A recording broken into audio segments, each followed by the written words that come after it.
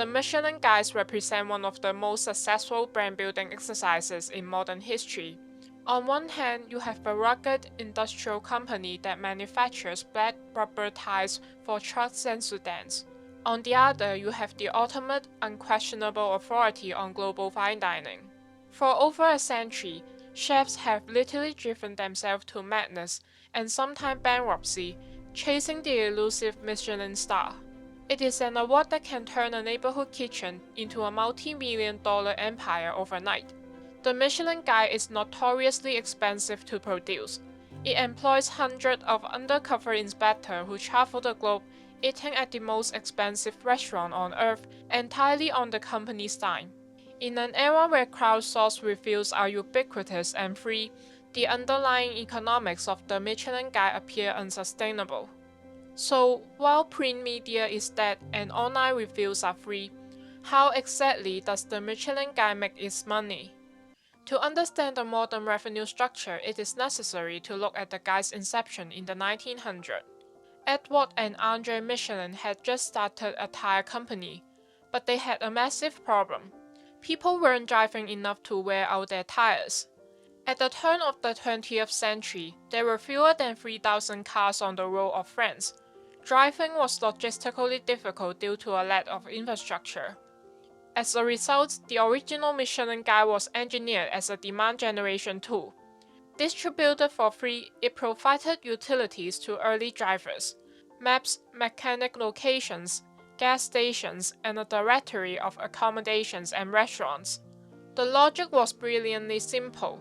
If we give people a reason to travel, they will drive. If they drive, they will wear out their tires. And if they wear out their tires, they will buy from Michelin. By 1926, the guide had accumulated enough brand equity that Michelin transitioned it into a paid product and introduced the hierarchical star system. The language used in the rating, 1 star meaning worth a stop, 2 star worth a detour, and 3 star worth a special journey, was explicitly designed to drive mileage. But fast forward to today, the days of selling millions of little red books are over.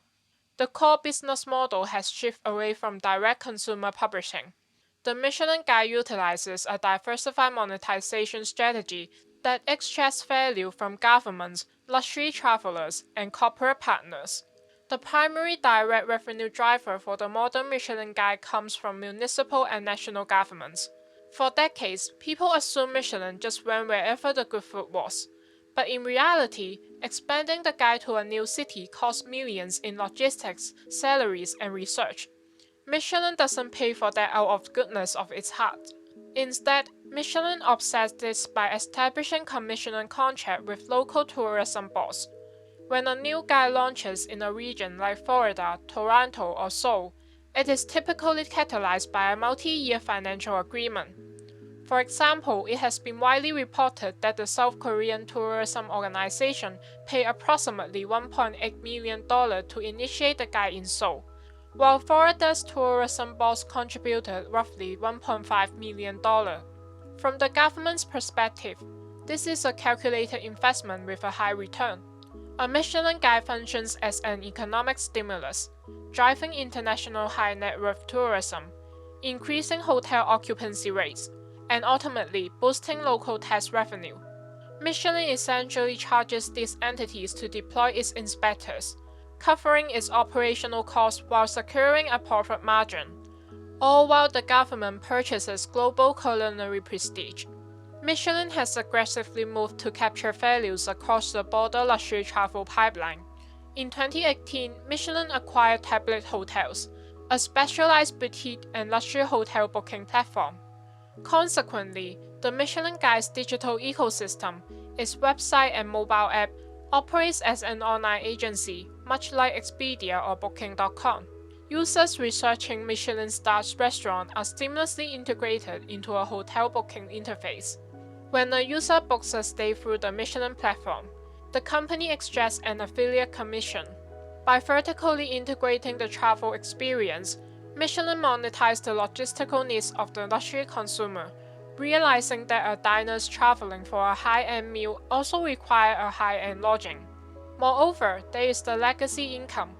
While print sales have dropped, the iconic red guy still sells worldwide. The physical red guy remains in print, and the digital platform generates ad revenue. But more importantly, Michelin licenses its legendary brand to corporate partners. Luxury entities such as American Express, Blancpain, or Remy Martin pay substantial licensing and sponsorship fee to align their brands with Michelin's exclusive culinary events and galas. However, the most significant indirect financial return is the halo effect on the parent company. Even if the Michelin Guide operated at a loss, it would still be the greatest marketing tool ever created. Because of the cultural prestige of the Michelin Star, the consumer market subconsciously associates the Michelin brand with uncompromising quality, rigorous standards, and premium performance. This psychological association allows Michelin's core industrial division to command premium pricing and maintain strong margins in the highly commoditized global tire market. The sustainability of this entire financial system hinges on a single factor: the perceived incorruptibility of the Michelin Star. A critical vulnerability exists within the B2G revenue model. If the tourism boards are paying Michelin millions of dollars, there is an inherent risk of conflict of interest. If the market perceives that a city or a chef can simply purchase a rating, the guide's authority and its associated brand equity would immediately collapse. To protect its economic moat, Michelin enforces a rigid operational firewall between its corporate development and editorial divisions. The contract signed with the tourism board pays strictly for the evaluation of a region, not for the result. The business executive negotiating this fee have no contact with the inspectors. The inspectors themselves are the mechanism by which Michelin maintains its authority. They are full-time salary employees with extensive background in hospitality. They operate anonymously, book tables under pseudonyms, and Michelin operates strictly pays for every meal. No free food or preferential treatment is accepted. By aggressively isolating the inspection process from the financial reality of the business, Michelin protects the integrity of its data. This rigid methodology ensures the style remains notoriously difficult to achieve, which in turn preserves the prestige required to command millions in government contracts, drive hotel bookings, and maintain the premium status of its core tire manufacturing business. Thank you for watching.